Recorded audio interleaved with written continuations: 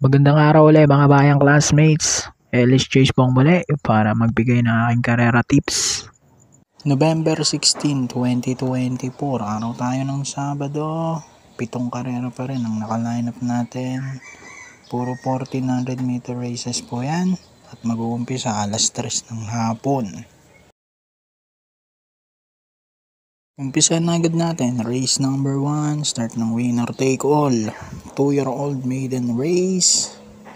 Pampremera natin dito, numero 3, Easy Go Lucky with CP Enson. At panigundo ko yung 4 Inspiring Journey with JT Sarate. Tingin ko 2 horse battle to, 3 and 4.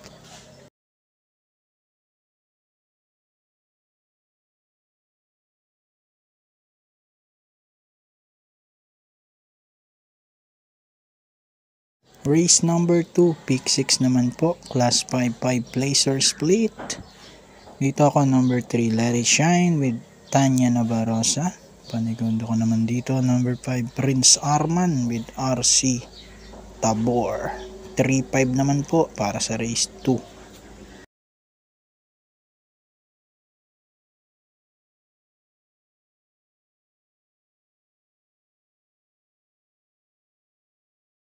Sa race 3 naman po tayo pag-uumpisa ng pick 5, class 5, 6 to 10 split.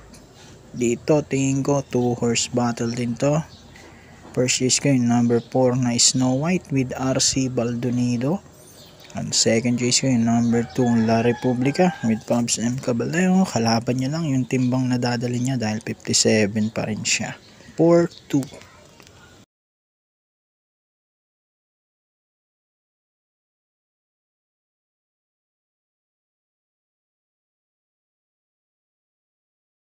Race number 4. Start tayo ng pick 4. Class 5 placer split. Ito, anybody's race po ito. Number 2 ako rito. Den with CP Enson.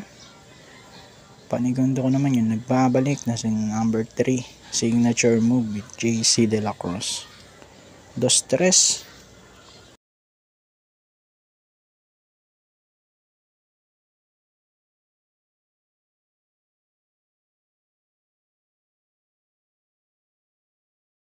Race number 5 naman tayo, huling DD1, class 5, 11 to 15 split. Dito tingin ko nakakalamang number 5 Guerrero Warriors with JT Sarate. Malamang sa malamang marami ang magsisingle na ito sa mga exotic bets, lalo na sa ating winner take all. Pero kung gusto nyong makadihado, naghahanap kayo ng panunog, siguro yung number 1 na si Noir with PJ Galieta. So, 5 lang. Pero kung gusto nyo tapunan yung numero 1, Pandeado.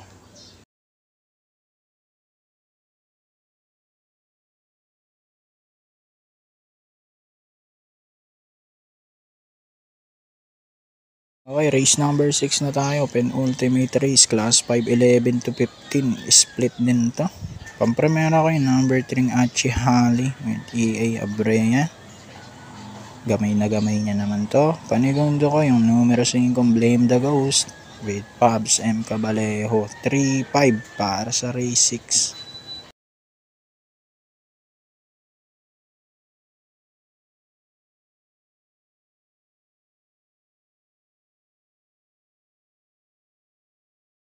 Last race na tayo. Race number 7. Paratingan na to. Class 4, 28 to 33. Pampremera ko yung numero 7 Alegna with JR De Ocampo. Tingin ko magandang laban na to para sa kanya dahil wala nang masyadong bigatin. Panigundo ko rito yung numero 2 na si Shanghai Silk with CL Advincula. So 7-2 para sa race 7. Good luck po. Happy racing at God bless.